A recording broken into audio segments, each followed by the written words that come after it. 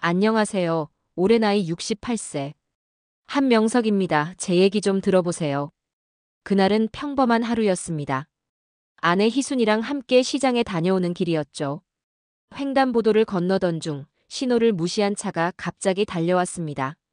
그 순간의 기억은 아직도 생생합니다. 큰 충격과 함께 희순이가 쓰러지는 모습, 그리고 구급차 사이렌 소리. 응급실에서 수술실로, 그리고 중환자실로.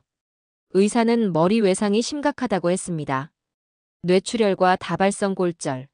생명이 위험한 상태라는 말을 들었을 때 세상이 무너지는 것 같았습니다. 중환자실 창문으로 스며들던 햇살은 참 이상할 만큼 따뜻하고 밝았습니다.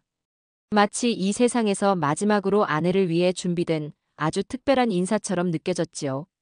희순이의 얼굴 위로 햇살이 조용히 내려앉았고 그 빛 속에서 그녀는 교통사고의 상처로 지친 사람이라기보다는 이제 막 평온한 꿈을 꾸려는 사람처럼 보였습니다.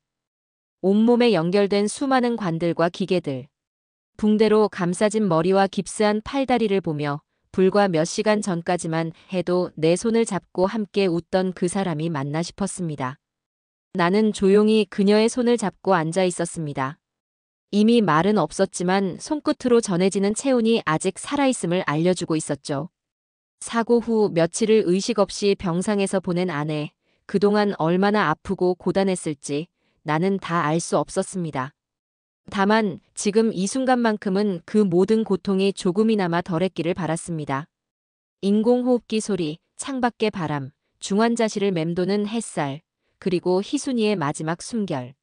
모든 게 느리게, 조용하게, 한 장의 오래된 영화처럼 흘러가고 있었습니다. 기순아, 나 여기 있어. 내 목소리 들리지? 우리 아들 상현이도 금방 올 거야. 여보, 상현이 얼굴 한번 봐야지. 그때 아들이 왔습니다. 엄마, 나 상윤이야. 마치 아들을 기다렸다는 듯이 아내가 아주 가늘게 숨을 들이쉬며 눈을 떴습니다. 눈동자에 초점은 없었지만 잠깐 아들과 저를 보려는 듯 방향을 틀었습니다. 그 눈빛은 오래 머무르지 않았습니다. 곧 다시 눈이 천천히 감겼고 인공호흡기의 도움을 받던 숨소리도 점점 불규칙해졌습니다.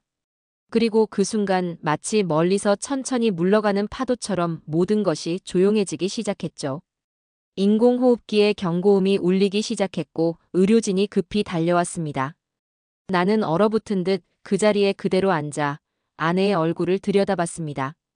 교통사고로 상처 입었지만 그 순간만큼은 평온해 보였어요. 기계의 삐 소리도 중환자실을 감싸던 무겁고 일정한 공기의 흐름도 순간 멎은 듯 했습니다. 벽에 걸린 시계 초침만이 똑딱거리며 계속 앞으로 나아가고 있었습니다. 그때 깨달았습니다. 지금 이 순간, 이 조용하고도 절망적인 찰나에 아내는 정말로 떠났다는 걸요. 의사가 들어와 여러 확인을 한 후 아주 조용히 고개를 끄덕였습니다. 간호사는 조심스럽게 기계들을 정리하기 시작했고 누군가는 시트를 천천히 아내의 얼굴 위로 덮었습니다. 그 하얀 천이 얼굴을 완전히 가리기 전까지 나는 마지막으로 아내의 이마에 입을 맞췄습니다. 말이 필요 없는 순간이었습니다. 갑작스러운 교통사고가 가져간 것은 단순히 한 사람의 생명이 아니라 우리 가족의 모든 일상이었습니다. 그 순간 상현이는 엄마의 모습을 보고는 그 자리에 주저앉아 오열했습니다. 장례식장으로 향하는 차 안은 조용했습니다. 창밖으로 보이는 그 횡단보도를 지날 때마다 그날의 기억이 되살아났습니다. 평범한 하루가 어떻게 이렇게 끝날 수 있는지 아직도 믿기지 않았습니다. 차창 너머로 지나치는 거리, 익숙한 가게 간판, 아내와 함께 걷던 인도, 함께 웃으며 장을 보던 시장 입구 모든 게 그대로였습니다. 사람들은 여전히 분주하게 오가고 삶은 아무 일 없다는 듯 계속되고 있었습니다. 그토록 오랜 시간 함께 지나온 풍경인데 그 안에 이제 아내는 없다는 사실이 믿기지 않았습니다. 마치 다음 주말이면 다시 이 길을 함께 걸을 수 있을 것만 같았습니다. 장을 보며 싸고 싱싱한 채소를 고르고 손에 봉지를 들고 서로 눈인사를 주고받던 모습이 아직도 너무 선명해서 지금 이 상황이 오히려 꿈처럼 느껴졌습니다. 하지만 차 안 공기는 무겁고 냉정했습니다. 내 옆자리는 텅 비어 있었고 뒤편 착한에는 아내의 영정사진과 흰 국화가 놓여 있었습니다. 꽃향이 은은하게 퍼졌지만 그 향기조차 슬픔을 덮기에는 역부족이었습니다. 밖은 평범한 일상인데 내 안에는 돌이킬 수 없는 이별이 자리하고 있었습니다. 모든 게 그대로인데 정작 가장 소중한 사람, 그 사람만 없었습니다. 장례식장에 도착하자마자 정신없이 빈소를 차리고 영정을 모셨습니다. 화사하게 웃고 있는 아내의 사진을 바라보는 순간 울컥하는 마음이 가슴을 뚫고 올라왔지요. 눈물을 참을 수가 없었습니다. 한참 동안 눈물을 쏟아내고 마음을 진정하려 애를 썼습니다. 지인들은 제 곁에서 말없이 조문객을 맞을 준비를 함께 해주었습니다. 그 조용한 배려가 얼마나 큰 위로가 되었는지 모릅니다. 잠시 후 하나둘 친척들과 지인들이 도착하기 시작했습니다. 장례식장 입구에서부터 사람들이 조용히 들어왔습니다. 검은 옷을 입은 조문객들이 하나둘씩 제 앞에 서서 깊게 고개를 숙였습니다. 삼가 고인의 명복을 빕니다. 많이 슬프시겠어요. 기운 내세요. 어떤 이는 제 손을 꼭 잡으며 말없이 위로를 전했습니다. 오랜 친구는 어깨를 토닥이며 형님, 우리가 있잖아요 라고 속삭였습니다. 이웃 아주머니들은 눈물을 글썽이며 참 좋은 분이셨는데 하며 고인을 그리워했습니다. 젊은 세대들은 어색하게나마 정중한 인사를 건네고 아이들은 어른들 틈에서 조용히 서 있습니다. 저는 검은 한복을 입고 상주석에 앉아 있습니다. 조문객 한 사람 한 사람에게 고개를 숙여 인사하지만 저의 마음은 복잡합니다. 고마우면서도 힘들었습니다. 이렇게 많은 사람들이 내 아내를 기억해주고 위로해주는 것이 감사하지만 동시에 이 모든 것이 현실이라는 사실이 더욱 가슴이 아팠습니다. 기운 내세요라는 말들이 귀에 들어오지만 어떻게 기운을 낼 수 있을까? 50년을 함께한 사람이 없는데 깊은 외로움이 밀려왔습니다. 하지만 정말 어떻게 살아야 할지 모르겠어. 당신 없는 세상이 이렇게 허전할 줄 몰랐어. 조문객들의 발걸음 소리, 작은 대화 소리들이 장례식장을 채우지만 저의 마음속은 고요하면서도 복잡했습니다. 감사함과 외로움, 따뜻함과 쓸쓸함이 뒤섞여 있습니다. 조문객들로 분주한 장례식장에 며느리 미숙이 들어섰습니다. 놀라운 것은 그녀의 표정이었습니다. 슬픔도 애도도 없는 무감각한 표정이었습니다. 아무 생각이 없는 사람처럼 주위를 훑는 모습은 마치 우연히 지나치다 들른 이방인 같았다. 그녀는 말 한마디 없이 내게 다가왔다. 눈물 한 방울 없는 그 공허한 눈동자를 마주하는 순간 숨이 막혔습니다. 시어머니와 사이가 좋지 않았다는 건 알고 있었습니다. 하지만 이건 단순한 거리감이 아니었습니다. 남편의 어머니가 돌아가신 자리에서 최소한의 슬픔마저 거둔 듯한 냉랭함이었습니다. 믿을 수 없었습니다. 제 아내가 갑작스럽게 교통사고를 당해서 세상을 떠났는데 그 마지막 길을 두고 며느리 미숙이는 눈물 한 방울도 흘리지 않았습니다. 온몸이 싸늘해지고 가슴 깊은 슬픔 속에서 차갑고 날카로운 감정이 스멀스멀 올라오기 시작했습니다. 천천히 고개를 들어 미숙이를 바라보았습니다. 그녀는 무표정한 얼굴로 저를 똑바로 마주했지만 그 눈빛 어디에도 슬픔이나 위로, 최소한의 안타까움조차 없었습니다. 오히려 홀가분해 보이기까지 했습니다. 그날 저는 아내를 잃은 슬픔과 동시에 며느리의 두 얼굴을 똑똑히 목격했습니다. 그리고 깨달았습니다. 이것은 어쩌면 시작에 불과할지도 모른다는 것을. 장례식의 절차가 끝났습니다. 사흘이 어떻게 흘렀는지도 모를 만큼 정신없이 지나갔고 아내를 차가운 땅 속에 묻고 돌아오는 길에 올려다본 하늘은 야속할 만큼 맑기만 했습니다. 많은 조문객들이 찾아와 진심 어린 위로를 전해주었고 그들 덕분에 저는 겨우 버텼습니다. 집에 돌아오니 아내의 온기가 채 가시지 않은 빈방이 저를 맞았습니다. 적막한 공간 속에서 밀려오는 허전함에 눈물이 왈칵 쏟아질 뻔했지만 간신히 삼켰습니다. 그날 이후 제 마음속에선 슬픔과 분노, 그리고 알 수 없는 불신이 함께 피어나고 있었습니다. 아내가 떠난 지 한 달쯤 지났습니다. 시간은 흐르는데 마음은 그 자리에 붙박인 듯 움직이지 않았습니다. 그날도 혼자 바람이라도 쐬고 싶어 집 근처 공원을 천천히 걷고 있었죠. 저녁 공기 속에선 아직 겨울의 잔기운이 느껴졌습니다. 정처 없이 걷다 보니 자연스레 단골 찻집 근처까지 오게 되었고 불이 켜져 있는 걸 보니 아직 문을 닫지 않은 모양이었습니다. 잠깐이라도 따뜻한 차 한 잔 마시고 가자며 문을 열고 들어갔죠. 그런데 안쪽 창가 자리에 앉아있는 낯익은 뒷모습이 눈에 들어왔습니다. 미숙이었습니다. 제 며느리, 아들 상여미의 아내 미숙이었습니다. 그런데 그녀는 혼자가 아니었고 누군가와 마주 앉아 낮은 목소리로 이야기를 나누고 있었죠. 저는 반사적으로 몸을 숨겼습니다. 뭔가 이상한 기운이 느껴졌거든요. 응. 생각보다 일이 훨씬 빨리 정리될 것 같아. 당신도 알잖아. 그 양반 고집 얼마나 센지. 그런데 이번엔 좀 다르더라고. 아무튼 이제 우리 계획대로만 밀고 가면 돼. 작은 문제는 신경 쓰지 마. 상현이만 잘 설득하면 되니까. 어머니가 가시고 나니까 우리한테는 어머니 죽음이 호상이 된 거지 오히려 일이 더 수월해졌어. 그 말을 듣는 순간 저는 얼어붙은 듯 자리에서 움직일 수 없었습니다. 심장이 벌렁이며 온몸이 식어갔지요. 계획, 작은 문제. 어머니가 가시고 나니까 수월해졌다. 교통사고로 갑자기 죽은 시어머니 죽음이 호상일이고 아내를 잃은 슬픔은 어느새 저 깊은 곳으로 가라앉고 그 자리에는 분노가 용암처럼 들끓기 시작했습니다. 그 모든 말이 화살처럼 제 가슴을 꿰뚫었습니다. 그건 분명 아내의 죽음을 전제로 한 이익과 음모를 시사하는 이야기였고 그 중심에는 다름 아닌 제 며느리가 있었습니다. 겨우 정신을 가다듬고 조용히 찻집을 빠져나왔지만 머릿속은 이미 회오리처럼 휘몰아치고 있었습니다. 슬픔보다 깊은 분노, 그보다 더 큰 배신감이 밀려왔습니다. 아내가 떠난 자리에 남겨진 건 추억도 사랑도 아닌 인간의 민낯과 그 탐욕이었습니다.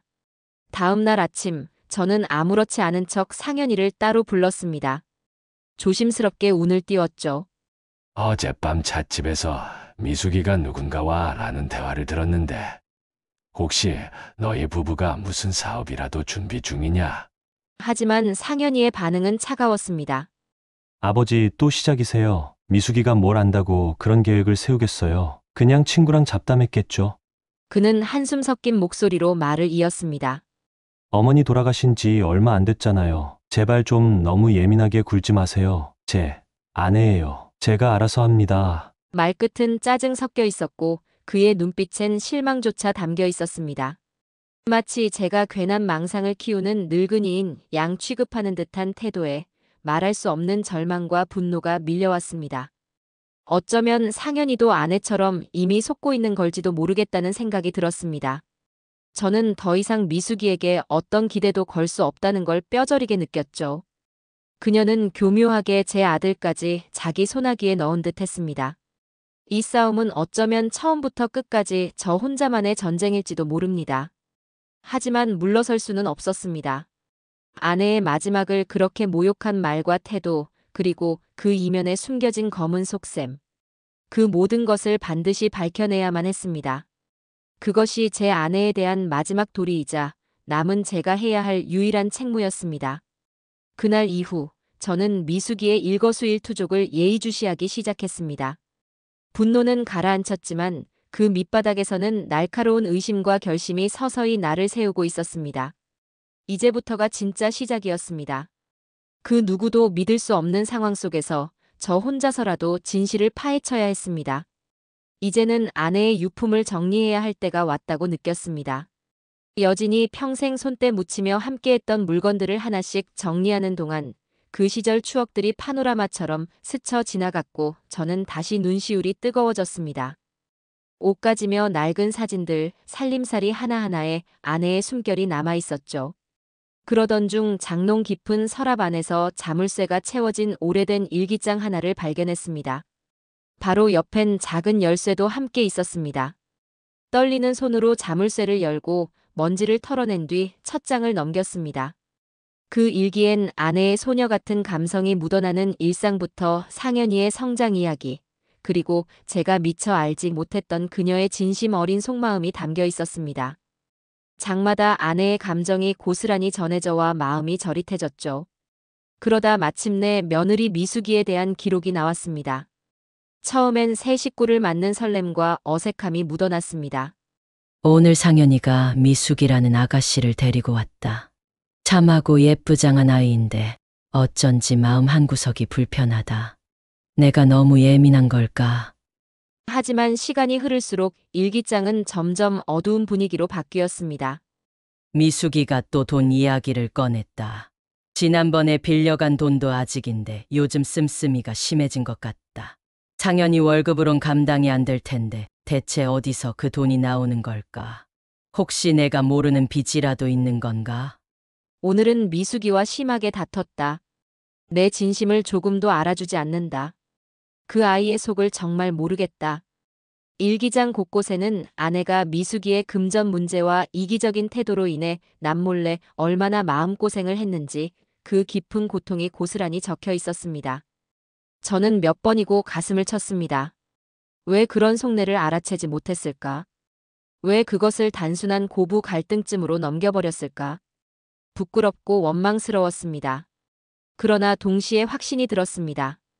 이 일기장은 며느리의 가면을 벗겨낼 단서이자 진실을 밝힐 결정적인 실마리가 될 수 있다는 것을. 그날 이후 저는 미숙의 과거와 현재를 조용히 그러나 본격적으로 추적하기 시작했습니다. 그날 이후 저는 며느리 미숙의 말과 행동을 주의 깊게 살폈습니다. 겉으론 늘 공손하고 싹싹했지만 조금만 들여다보면 미세한 허점들이 보이기 시작했죠. 전화 통화를 하며 목소리를 낮춘다든지 외출이 잦아지고도 어디에 다녀왔는지 흐리게 말한다든지 그런 사소한 것들이었습니다.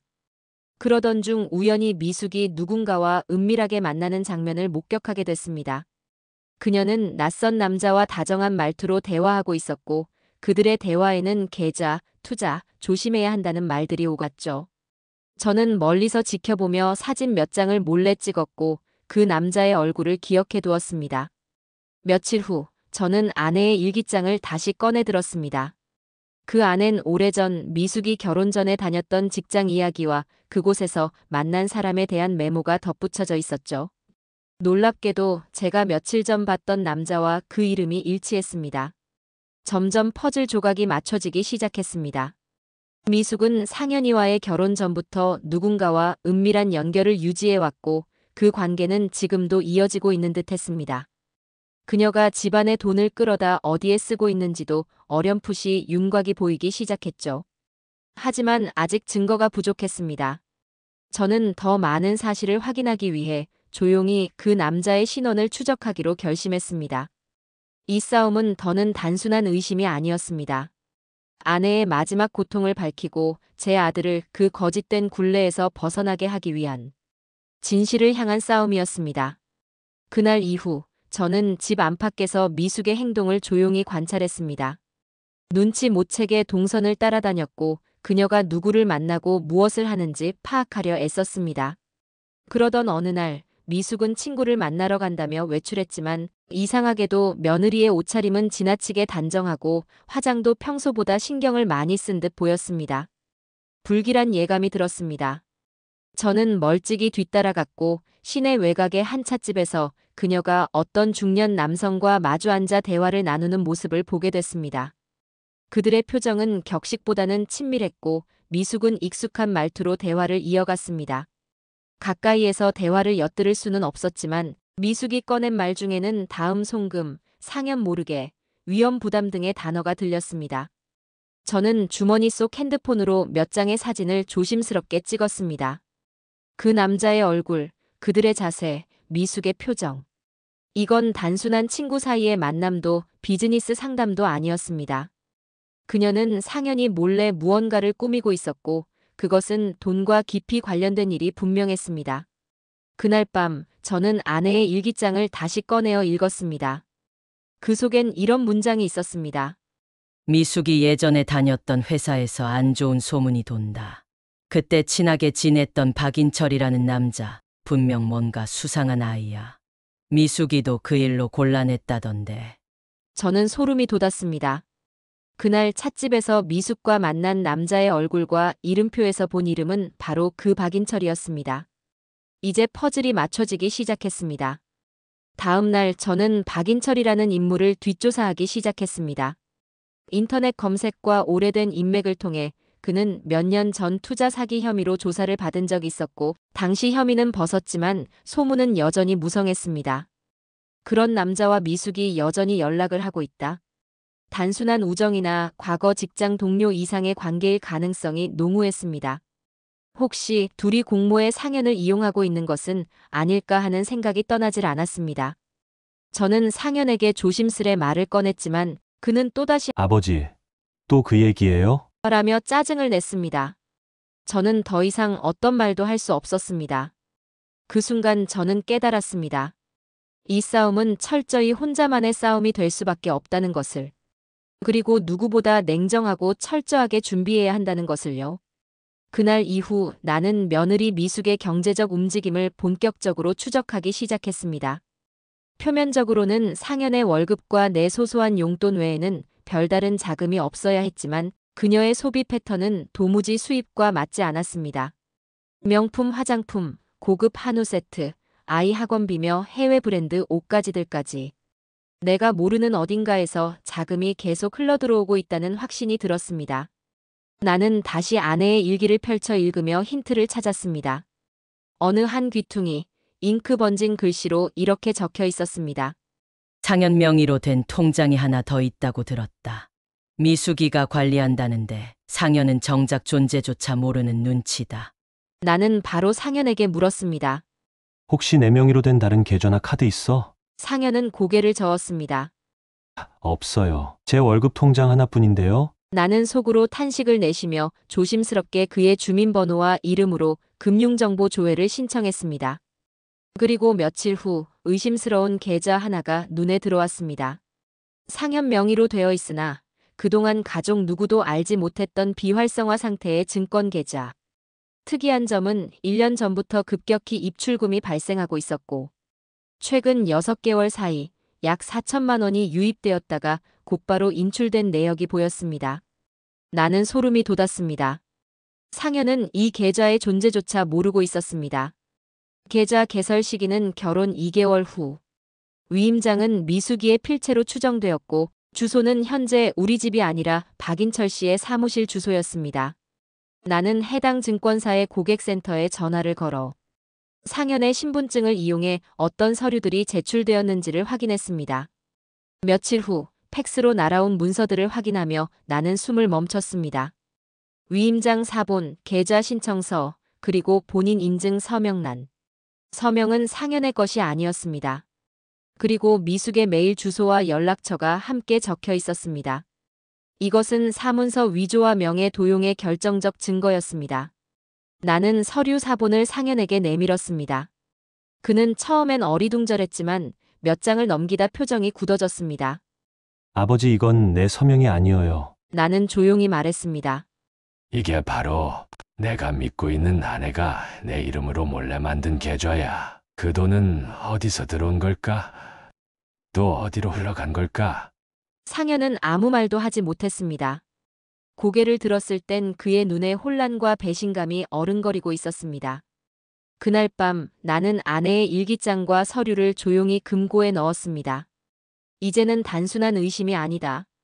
진실을 향한 문이 열렸고 나는 그 안으로 걸어 들어갈 준비가 되어 있었습니다. 상현의 명의로 된 비밀 계좌의 존재는 단순한 해프닝이 아니었습니다. 계좌 내역과 서류에서 드러난 정황은 미숙 혼자만의 일이 아니었습니다. 주소지, 연락처, 서류 양식까지 모든 것이 박인철이라는 이름과 연결되어 있었습니다. 저는 박인철에 대해 더 알아보기로 했습니다. 그는 상현과 대학 동문이자 한때 동업을 논의했던 사람이라고 들었습니다. 하지만 몇 년 전부터 자영업에 손을 댄다며 수상한 투자 제안을 자주 하던 인물이었습니다. 아내의 일기 속에서도 박인철의 이름은 몇 차례 등장했습니다. 박인철이라는 친구가 요즘 자꾸 미숙이와 연락하는 모양이다. 상현은 바쁘다며 자주 빠지고 미숙이 혼자 나가는 일이 늘었다. 그 둘 사이에 무슨 얘기가 오가는지 마음이 불편하다. 그때는 아내가 너무 예민하다고 생각했지만 지금은 모든 조각이 하나로 맞춰지고 있었습니다. 며칠 전 우연히 보았던 백화점 근처 카페에서의 미숙과 박인철의 만남이 떠올랐습니다. 저는 해당 카페에 직접 찾아가 정중히 부탁하여 CCTV 확인을 요청했습니다. 영상 속에서 미숙과 박인철은 서로를 너무도 자연스럽게 대하고 있었습니다. 손짓, 웃음, 계산서 건네는 방식까지 단순한 친구 사이로 보기엔 너무 익숙했습니다. 그 장면을 지켜보는 제 가슴은 또 한 번 무너졌습니다. 저는 비밀 계좌에서 인출된 돈이 어디로 흘러갔는지 추적했습니다. 한 회차 인출된 1,500만 원이 박인철 명의의 개인사업자 계좌로 이체된 기록을 확인했습니다. 해당 계좌로 매달 수백만 원이 정기적으로 입금되고 있었으며 그중 일부는 다시 미숙의 카드 납부 계좌로 되돌아가고 있었습니다. 이는 단순한 빌려줌이 아닌 공모 구조였습니다. 계좌 명의는 상현이었지만 자금은 두 사람이 함께 돌리고 있었던 것입니다. 저는 그날 밤 아무 일 없는 듯 미숙과 저녁을 먹었습니다. 그러나 저는 이미 모든 증거를 손에 쥐고 있었습니다. 그녀의 말 한마디 한마디가 거짓이라는 것을 차분히 확인하고 있었습니다. 며칠 후 미숙은 다시 상현에게 사업 자금을 핑계로 돈을 요청했습니다. 그 순간 저는 조용히 상현에게 계좌 내역과 영상 캡처, 자금 흐름표를 건넸습니다.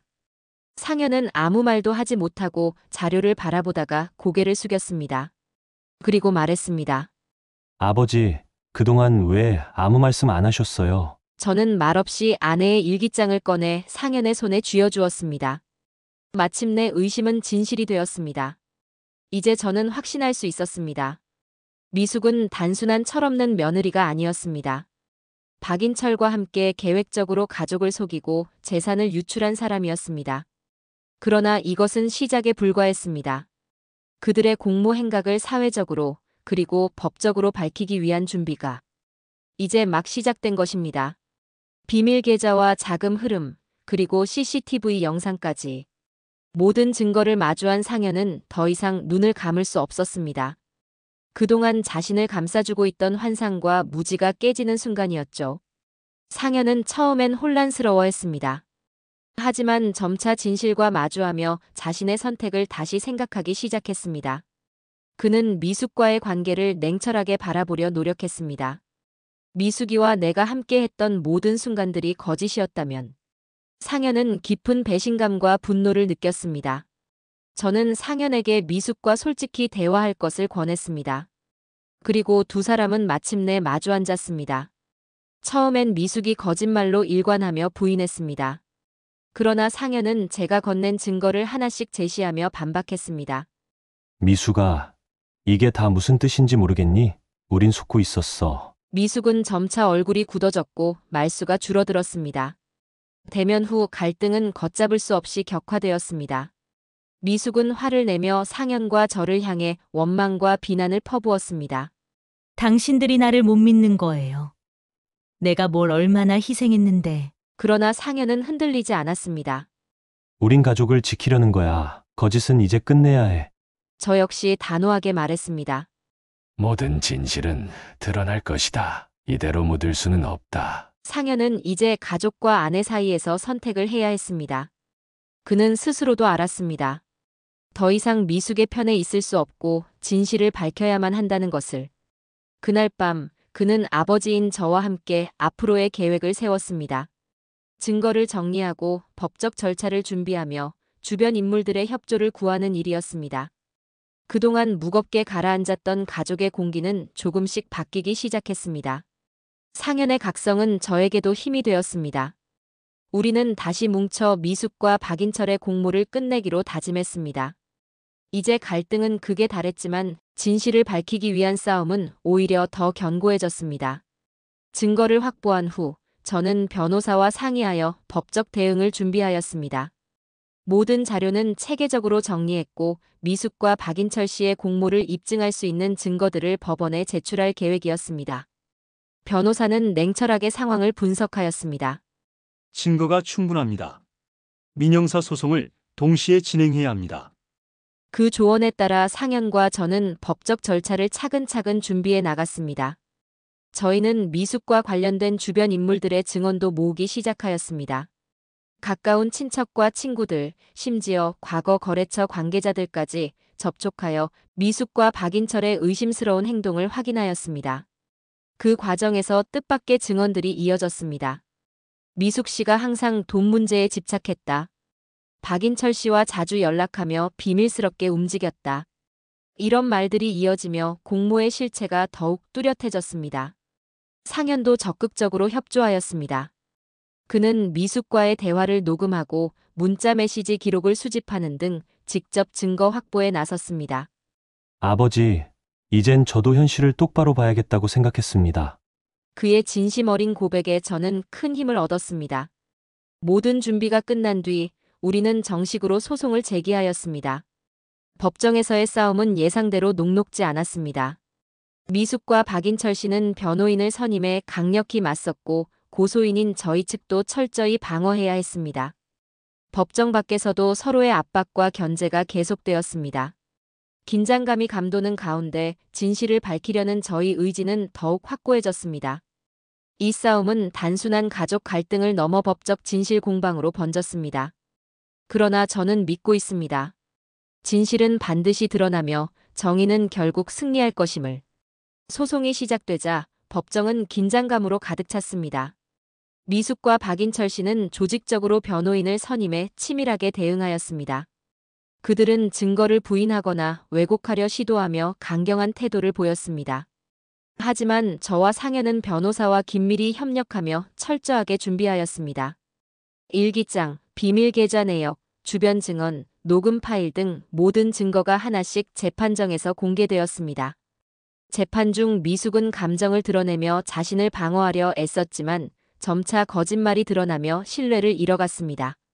박인철 또한 자신의 공모 사실을 부인했지만 명백한 증거들 앞에 점차 침묵할 수밖에 없었습니다.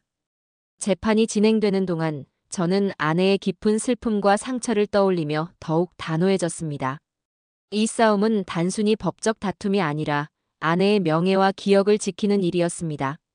마침내 법원은 미숙과 박인철의 불법 행위를 인정하는 판결을 내렸습니다.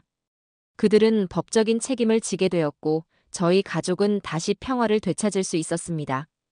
이 과정에서 상현과 저의 관계도 한층 깊어졌습니다.